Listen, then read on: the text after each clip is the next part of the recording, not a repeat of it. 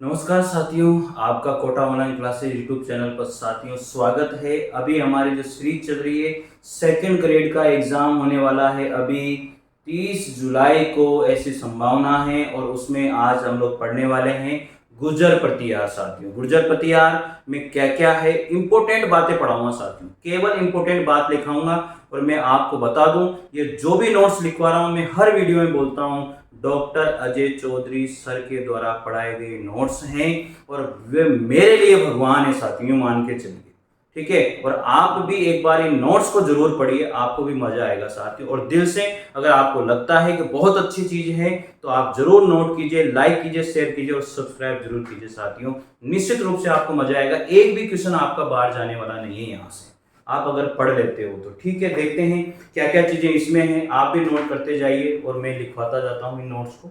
देखो, गुर्जर प्रतिहार में हम लोग यहाँ पर चल रहे हैं, तो प्रथम उल्लेख कहाँ पर प्राप्त हुआ? गुर्जर प्रतिहार का जो प्रथम उल्लेख है साथियों, वो कहाँ से प्राप्त हुआ गुर्जर प्रतिहार में? तो प्रथम उल्लेख जो है ऐहोल अभिलेख में। कौन सा अभिलेख है? यहाँ पर है ऐहोल अभिलेख। कौन सा अभिलेख? ऐहोल अभिलेख। ठीक है, ऐहोल अभिलेख में ये अभिलेख, अब कौन सा? ऐहोल अभिलेख। ठीक है, प्रथम उल्लेख कहां पर प्राप्त हुआ है गुर्जर प्रतिहार का? ऐहोल अभिलेख में प्राप्त हुआ है गुर्जर प्रतिहार। ठीक है, कहां से? ऐहोल अभिलेख में। अब ये अभिलेख चालुक्य शासक, ये अभिलेख चालुक्य शासक, ये अभिलेख चालुक्य शासक, ये अभिलेख चालुक्य शासक पुलकेशियन द्वितीय, क्या नाम है उसका? पुलकेशियन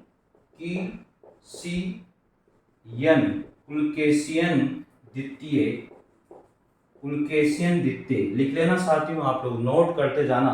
पुलकेशियन द्वितीय के समय, पुलकेशियन द्वितीय के समय का है ये अभिलेख जो है ऐहोल अभिलेख। इसमें गुर्जर प्रतिहार सबसे पहले यहाँ से प्राप्त हुए और इसमें पुलकेशियन द्वितीय का, ये चालुक्य शासक था, और ये जो अभिलेख है चालुक्य शासक पुलकेशियन द्वितीय के समय का रहा है, याद रखिएगा 100%। और ये कहाँ से मिला? कर्नाटक से निकला था। कहाँ से? कर्नाटक से निकला था। ठीक है, कर्नाटक से निकला था। हो जाएगी ये सारी बातें याद। आगे लिखिए। अब प्रतिहार का मीनिंग क्या होता है? क्या होता है देखते हैं। प्रतिहार का अर्थ, प्रतिहार का अर्थ क्या होता है साथियों? देखिएगा, प्रतिहार का जो अर्थ होता है वो होता है द्वारपाल। सबको पता होना चाहिए, द्वारपाल प्रतिहार को कहते हैं। ठीक है, और ग्वालियर प्रशस्ति के अनुसार प्रतिहार भगवान राम के प्रतिहार यानी कि द्वारपाल लक्ष्मण के वंशज माने जाते हैं। किस प्रशस्ति के अनुसार? ग्वालियर प्रशस्ति के अनुसार। तो याद रखिएगा, ग्वालियर प्रशस्ति के अनुसार, प्रशस्ति के अनुसार, ग्वालियर प्रशस्ति के अनुसार प्रतिहार भगवान राम के, भगवान राम के प्रतिहार, भगवान राम के प्रतिहार मतलब द्वारपाल, द्वारपाल तथा लक्ष्मण के वंशज, लक्ष्मण के वंशज हैं। तो भगवान राम के तो द्वारपाल हैं और लक्ष्मण के क्या है? ये वंशज हैं। आगे बात करेंगे डॉक्टर गोपीनाथ शर्मा के अनुसार, डॉक्टर गोपीनाथ शर्मा जी के अनुसार, शर्मा के अनुसार आगे बात करते हैं। डॉक्टर गोपीनाथ शर्मा गुर्जर प्रतिहारों के लिए क्या कहते हैं, ये चीज भी आप नोट कीजिए। के अनुसार गुजरात्रा क्षेत्र का स्वामी, गुजरात्रा क्षेत्र का स्वामी होने के कारण ये डॉक्टर गोपीनाथ शर्मा के अनुसार लिखा, गुजरात्रा क्षेत्र का स्वामी होने के कारण ये गुर्जर कहलाए। यह क्या कहलाए? गुर्जर कहलाए। ठीक है, ये बात भी हो गई। अब आगे बढ़ते हैं। नैणसी की ख्यात के अनुसार, किसके अनुसार? नैणसी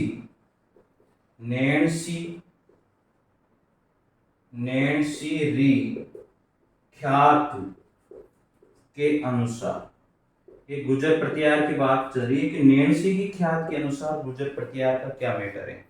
इसमें मैटर है गुर्जर प्रत्याहारों की। नैणसी ख्यात में क्या बताया गया है कि गुर्जर प्रत्याहार जो थे, यानी कि गुर्जर प्रतिहारों की कितनी शाखाएं बताई? 26 शाखाएं थी। किसमें बताया? नैणसी ख्यात में बताया। गुर्जर प्रतिहारों की 26 शाखाएं थी। किसमें बताया? ये नैणसी ख्यात में बताया कि गुर्जर प्रत्याहारों की कितनी शाखाएं थी? 26 शाखाएं थी। और ये किसमें बताया गया है? तो गुर्जर प्रत्याहारों में कितनी शाखाएं मानी गई है? 26 शाखाएं मानी गई हैं। और किसमें बताया गया है? नैणसी ख्यात में बताया गया है। ठीक है, मोनोथ नैणसी के द्वारा लिखी गई थी नैणसी ख्यात। तो ये नैणसी ख्यात में बताया गया है कि गुर्जर प्रत्याहारों की कितनी शाखाएं हैं? 26 शाखाएं हैं। ठीक है, आप नोट डाउन कर लीजिए। आगे बढ़ते हैं, स्क्रीनशॉट ले लीजिए। ठीक है, चलिए आगे। मेरे हिसाब से आपको अच्छा ही लगेगा साथियों, आप नोट करते जाइए, लिखते जाइए। अभी हम लोग स्टार्टिंग है गुर्जर प्रत्याहारों की, केवल स्टार्टिंग करिए और आपको बहुत अच्छा लगेगा, ये मैं गारंटी दे रहा हूँ। ठीक है, अब आगे नोट करते हैं। इनकी सबसे प्राचीन शाखा किसकी? गुर्जर प्रत्याहारों की इनकी सबसे प्राचीन शाखा कौन सी रही है? गुर्जर प्रत्याहारों की सबसे प्राचीन शाखा मंडोर। कौन सी शाखा थी? मंडोर शाखा थी। मंडोर रही है साथियों। ठीक है, गुर्जर प्रत्याहारों की सबसे प्राचीन शाखा कौन सी थी? मंडोर थी। अब आगे बात करते हैं। ठीक है, दिख रहा होगा। इनका शासन छठी शताब्दी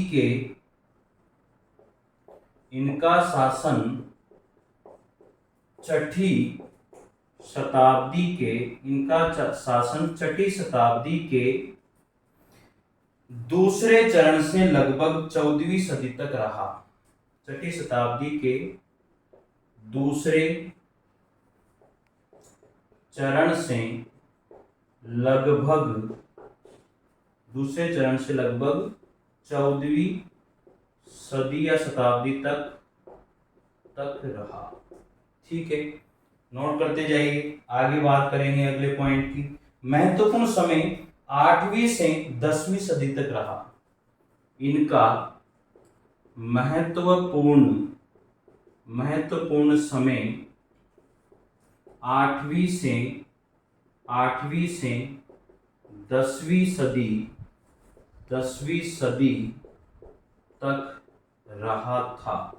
ठीक है, महत्वपूर्ण समय तो 8वीं से 10वीं सदी तक रहा। वैसे छठी शताब्दी से लेकर के 14वीं शताब्दी तक गुर्जर प्रत्याहारों का समय रहा था। लेकिन महत्वपूर्ण समय कब तक रहा? 8वीं से 10वीं शताब्दी तक रहा। ये क्वेश्चन भी पूछा गया है, अनेक बार ये क्वेश्चन पूछा गया है साथियों। आगे, चीनी यात्री हैंसान। चीनी यात्री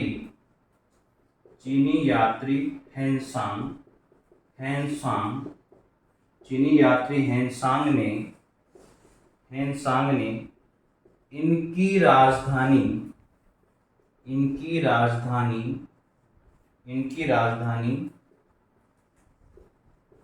पिलोमोलो किसको कहते हैं? भीनमाल को। ठीक है, पिलोमोलो यानी कि भीनमाल को कहा, बताया। ठीक है, तो चीनी यात्री हैंसांग थे, उनके द्वारा युआन चांग, जिसको हम कहते हैं, उनका नाम युआन चांग भी, तो हैंसांग नहीं, हवेनसांग। ठीक है, और युआन चांग भी इनको ही कहा जाता था। तो इनकी राजधानी जो है बताया पिलोमोलो, जो भीनमाल को कहते हैं। ठीक है, आगे बात करते हैं। अरब यात्रियों ने इन्हें जुर्ज कहा, इनको गुर्जर प्रतियारों। अरब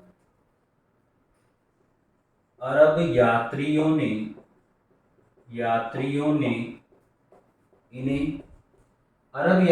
इनको क्या कहा है? जुर्ज कहा है।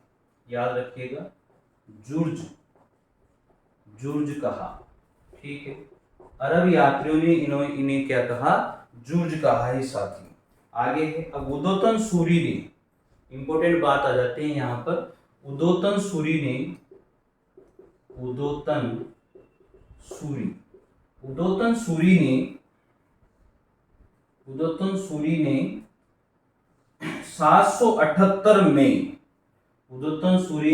778 में, 778 में कुवल्लेमाला ग्रंथ लिखा। उदोतन सूरी ने 778 में कुवल्लेमाला ग्रंथ लिखा। कब लिखा? 778 ईस्वी में ग्रंथ लिखा। ठीक है, आगे है, और किसके समय लिखा था उदोतन सूरी? किसके समय था? वत्स राज के समय था। वत्स राज के समय ये रहा है, याद रखना।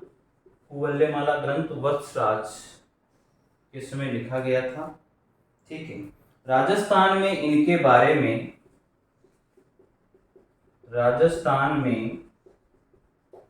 उदोतन सूरी कुवल्लेमाला, राजस्थान में इनके बारे में जानकारी पटियाला अभिलेख जोधपुर से प्राप्त होती है। जानकारी पटियाला अभिलेख नहीं, घटियाला, पटियाला नहीं, घटियाला अभिलेख कहाँ पर पड़ता है? ये जोधपुर में पड़ता है। ठीक है, जोधपुर से प्राप्त होती है,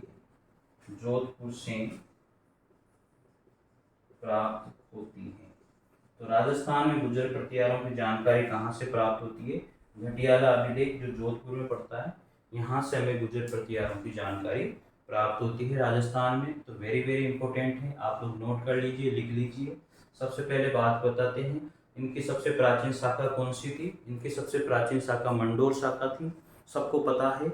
और इसके बाद में मैंने आपको ये भी बताया था कि इनकी 26 शाखाएं थी। कितनी शाखाएं? 26 शाखाएं थी, जो अच्छे से आपको पता होगा। और ये किसने बताई? नैनसिरी ख्यात में इनकी 26 शाखाओं का उल्लेख किया गया है। और डॉक्टर गोपीनाथ शर्मा के अनुसार गुजरातरा के होने की वजह से इनका नाम गुर्जर पड़ा। ये चीज डॉक्टर गोपीनाथ शर्मा ने कही है। इनका जो महत्वपूर्ण समय था वो 8वीं शताब्दी से 10वीं शताब्दी को माना गया है। वैसे तो 6ठी शताब्दी से लेकर के 14वीं शताब्दी तक इनका समय माना गया है, लेकिन महत्वपूर्ण जो समय है वो 8वीं से 10वीं शताब्दी तक रहा। ये बातें हम लोगों ने पहले पढ़ी। अब उदोतन सूरी ने 778 में कुवल्लेमाला ग्रंथ लिखा, वत्सराज के समय की बात है। और राजस्थान में गुर्जर प्रतिहारों का जो उल्लेख है, जो इनके बारे में जानकारी है, वो हमें घटियाला अभिलेख से मिलती है। और घटियाला अभिलेख कहाँ पर पड़ता है? जोधपुर में पड़ता है साथियों। यहाँ तक की बात हम लोगों ने अभी पढ़ ली है। चलिए आगे बात करते हैं। अभी नोट कर लीजिए, स्क्रीनशॉट ले लीजिए।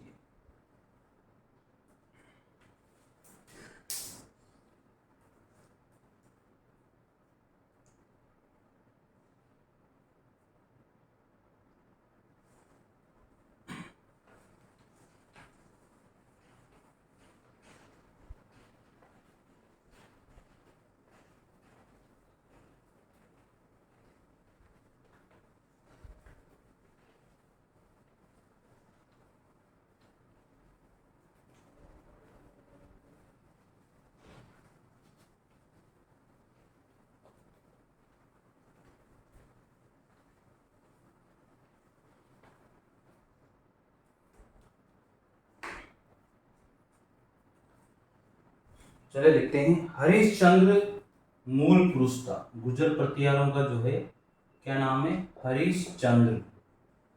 ये इनका क्या रहा है? मूल पुरुष रहा है, मूल पुरुष था। याद रखिएगा, जो गुर्जर प्रतिहार थे उनका मूल पुरुष कौन रहा? हरिश्चंद्र रहे हैं। यह आपको 100% याद होना चाहिए। अब हरिश्चंद्र मूल पुरुष है, तो सबसे पहले हम लोग किसके बारे में पढ़ेंगे? हरिश्चंद्र के बारे में ही पढ़ेंगे साथियों। सबसे पहले बात हम लोग किसके बारे में करेंगे? हरिश्चंद्र के बारे में ही करेंगे। तो हरिश्चंद्र लिख लीजिए यहाँ पर, ये रहा आपका हरिश्चंद्र। हरिश्चंद्र, ठीक है। हरिश्चंद्र को रोहिल्दी, क्या नाम दिया है? रोहिल्दी, रोहिल्दी, ठीक है। इसका जो समय है वो 6ठी शताब्दी से रहा है। आप सबको पता है गुर्जर प्रतिहारों का समय जो है 6ठी शताब्दी, सबको पता है 6ठी शताब्दी से लेकर के 14वीं शताब्दी तक इनका समय रहा। और महत्वपूर्ण जो समय रहा है इनका, सबको पता है, तुम्हें सबको याद है, महत्वपूर्ण समय 8वीं से 10वीं शताब्दी रहा। ये क्वेश्चन भी अनेक बार पूछा गया है। तो हरिश्चंद्र जी के बारे में हम लोग करें। सब मूल पुरुष कौन था? हरिश्चंद्र ही था, और पहला इनका ही नाम हम लोग स्टार्ट करते हैं। अब देखिए, अब हरिश्चंद्र का यहाँ पर डायग्राम हम लोग बनाते हैं। हरिश्चंद्र जो हुए हैं, यहाँ पर है क्षत्रिय, अच्छे से लिख लीजिए, क्षत्रिय स्त्री थी, ठीक है। और इधर थी ब्राह्मण स्त्री, क्या नाम है? ब्राह्मण, ब्राह्मण स्त्री, ठीक है। अब क्षत्रिय स्त्री और ब्राह्मण स्त्री, ये बात करते हैं, ये थी भद्रा, क्या नाम था? भद्रा। इससे कितने पुत्र हुए? 4 पुत्र हुए, 4 पुत्र हुए, याद हो जाएगा। जिन्होंने मिलकर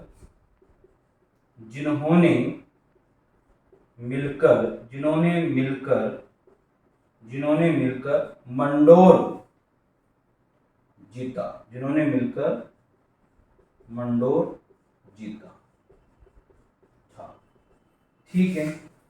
तो हरिश्चंद्र रोहिल्दी जो है वो क्षत्रिय स्त्री और ब्राह्मण स्त्री, 2 स्त्रियां थी इनके। क्षत्रिय स्त्री एक थी, उसका नाम था भद्रा। इसके 4 पुत्र हुए थे जिन्होंने मंडोर को जीता था, याद रखने हैं इस चीज को। उसके बाद में अब इसमें इससे 4 पुत्र कौन कौन हुए, याद होना चाहिए, सबसे मेन बात यही, 4 पुत्र कौन कौन से हुए। तो सबसे पहले बात करेंगे भोग भट्ट, क्या नाम था? भोग भट्ट। उसके बाद में कदक, उसके बाद में रज्जिल, और इसके बाद में था दह। ये 4 पुत्र थे। अब रज्जिल का जो पोता हुआ उसका नाम था नागभट्ट प्रथम। इसके पोते का नाम क्या था? नागभट्ट प्रथम। तो रज्जिल का पोता था, उसका नाम था नागभट्ट प्रथम। यहां तक की बात आप लोगों को याद रखनी। हरिश्चंद्र रोहिल्दी 6ठी शताब्दी में स्टार्ट हुए, और हरिश्चंद्र के 2 स्त्रियां थी, एक क्षत्रिय स्त्री और एक ब्राह्मण स्त्री थी। क्षत्रिय स्त्री का नाम था भद्रा, उसके 4 पुत्र हुए जिन्होंने मंडोर को जीता था। वो 4 पुत्रों, भद्रा के 4 पुत्र हुए थे, तो क्या क्या नाम था? एक का नाम भोगभट्ट, एक का नाम कदक, एक का रज्जिल और एक का नाम दह। और रज्जिल का पोता था नागभट्ट प्रथम। तो यहां तक की बात आप लोगों को पता हो जानी चाहिए। और नागभट्ट जो प्रथम है उसकी राजधानी मेड़ता को उसने क्या बनाया था? राजधानी बनाया था। ये चीज आपको याद होनी चाहिए। यहां लिख देता हूं, नागभट्ट जो प्रथम थे उन्होंने राजधानी, यानी कि देख लीजिए, लिख लीजिए, नागभट्ट प्रथम ने मेड़ता को राजधानी बनाया था, मेड़ता को राजधानी बनाया था। ये पॉइंट भी आप लोग नोट कर लीजिएगा, ये पॉइंट भी याद करना है कि नागभट्ट प्रथम ने उसके बाद में क्या किया? मेड़ता को प्रथम राजधानी बनाया, मंडोर शाखा की प्रथम राजधानी, ठीक है। अब हम लोग चावंडों से भीनमाल को छीना, और इसने क्या किया? जो चावंड थे, चावंडों से भीनमाल को छीना, ठीक है। तो चावंडों से तो इसने किसको छीना? भीनमाल को छीना। और नागभट्ट प्रथम ने मेड़ता को क्या बनाया? राजधानी बनाया। और चावंडों से भीनमाल को इसने छीन लिया था। तो ये सारी बातें आपको पता होनी चाहिए।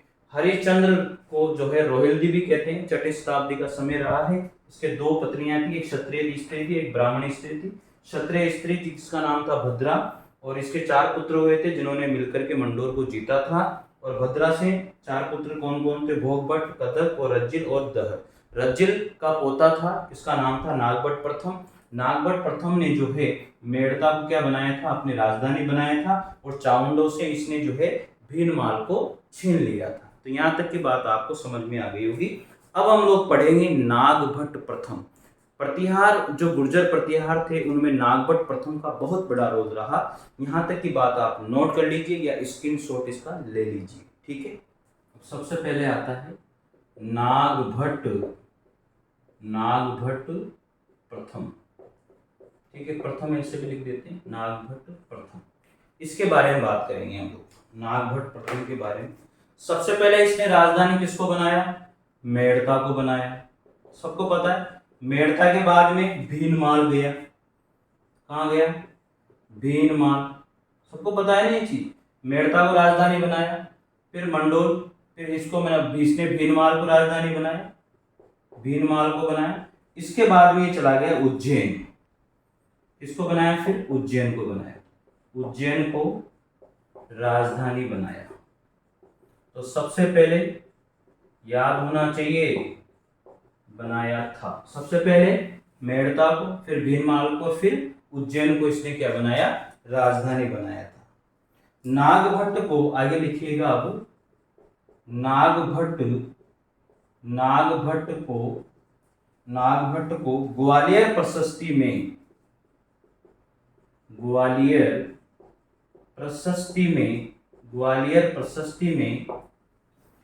राम का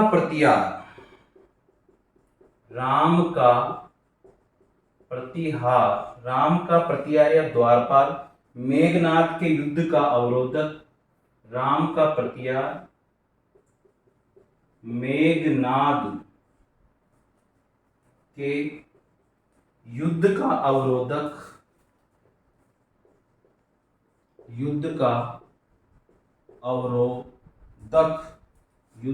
अवरोधक।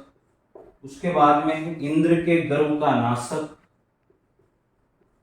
इंद्र के गर्व का नाशक। उसके बाद में है नारायण की मूर्ति का प्रतीक, नारायण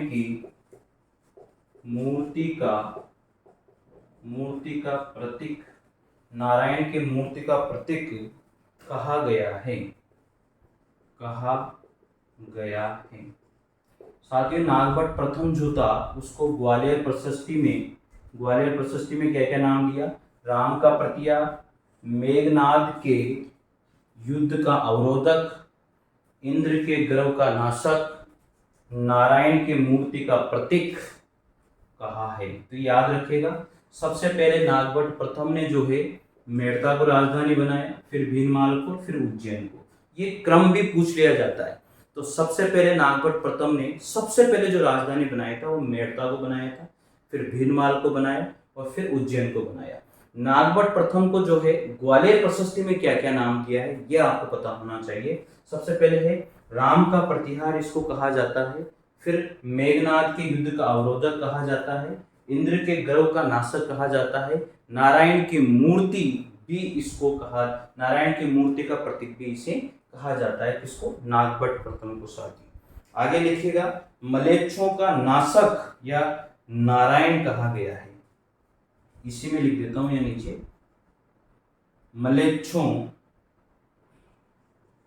मलेच्छों का नाशक या फिर नारायण कहा गया। किसको? नागभट्ट प्रथम को मलेच्छों का नाशक या नारायण कहा है। किसको? नागभट्ट प्रथम को कहा है। साथ आगे नागभट्ट प्रथम के समय नागभट्ट प्रथम के समय उज्जैन शक्ति का प्रमुख केंद्र बन गया था। नागभट्ट प्रथम के समय उज्जैन शक्ति का प्रमुख केंद्र बन गया था, बन गया था। ये अच्छे से आपको याद होना चाहिए कि नागभट्ट प्रथम थे। उस समय उज्जैन जो है, उज्जैन को राजधानी बनाया था, इसलिए सबको पता होना। शक्ति का प्रमुख केंद्र क्या रहा है नागभट्ट प्रथम के समय? उज्जैन प्रमुख शक्ति का केंद्र माना गया है और राजधानी भी इसने बनाया था, ये सबको पता है इस चीज के लिए। ठीक है, आगे नोट कर लीजिए इसको। चलिए, जालोर, कन्नौज, अवंती प्रतिहारों की नामावली नागभट्ट से प्रारंभ होती है। जालोर, उसके बाद में कन्नौज, कन्नौज, उसके बाद में है अवंती, अवंती। ठीक है, प्रतिहारों की नामावली कैसे? जालोर के प्रतिहार, कन्नौज के प्रतिहार और अवंती के प्रतिहार। प्रतिहारों की नामावली, नामावली नागभट्ट से प्रारंभ होती है, नागभट्ट से प्रारंभ होती है, नागभट्ट से प्रारंभ होती है। लिख लेना भाई, जालोर के प्रतिहार, कन्नौज के और अवंती के प्रतिहारों से प्राप्त होती है। नागभट्ट प्रथम जो है कक्कुक का भतीजा, देवराज, रानी भूमिका देवी थी, इसका पुत्र था वत्सराज। ठीक है, तो ये चीज आपको याद हो जाएगी मेरे हिसाब से। अब नागभट्ट प्रथम से देखो, लिख लेते हैं, इसको भी लिख लो, वैसे काम की चीज नहीं है। नागभट्ट जो प्रथम थे, नागभट्ट प्रथम के बाद में कौन हुए? कक्कुक हुए, कक्कुक। ठीक है, ये भतीजा था इनका, किसका? नागभट्ट प्रथम का ये भतीजा था। और कक्कुक के बाद में कौन आया? देवराज आया। कक्कुक के बाद में देवराज, और देवराज के बाद में आया वत्सराज। ये याद होना चाहिए आपको सिर्फ। नागभट्ट प्रथम के बाद में कक्कुक, ये भतीजा रहा, उसके बाद में देवराज, और देवराज के बाद में वत्सराज आते हैं। और वत्सराज जो है रानी, यानी कि देवराज की रानी थी, देवराज की रानी भूमिका देवी। क्या नाम था? भूमिका देवी इनका नाम था, और इसका पुत्र था वत्सराज। ठीक है ना, तो देवराज के रानी का नाम था भूमिका देवी, उसका पुत्र बना वत्सराज। तो यहां तक की घटना हम लोगों ने देखी। नागभट्ट प्रथम से कक्कुक इसका भतीजा रहा, उसके बाद में देवराज, देवराज के बाद में वत्सराज, और देवराज की रानी थी भूमिका देवी, भूमिका देवी का पुत्र था वत्सराज, यानी कि देवराज और भूमिका देवी का पुत्र वत्सराज आया। और अब हम लोग जो है वत्सराज के बारे में अगले वीडियो में पढ़ेंगे। आज हमने पढ़ा है नागभट्ट के बारे में। नागभट्ट का यहाँ पर एक भी पॉइंट मैंने नहीं छोड़ा है, इसलिए आप लोग इसे लिख लीजिए, नोट कर लीजिए और बेनिफिट उठाइए। साथ बड़े बड़े टीवी पैनल पे भी नहीं मिलेंगे नोट्स, आप गारंटी ले लो मेरे से। ठीक है, लिख लेना, डॉक्टर अजय चौधरी सर के नोट्स हैं, और आप सबको पता है कि उनका पढ़ाने का तरीका, उनका लिखाने का तरीका बहुत यूनिक है। ठीक है साथियों, नोट कीजिए। मिलते हैं अगले वीडियो के साथ, तब तक के लिए जय हिंद और जय भारत। Thank you.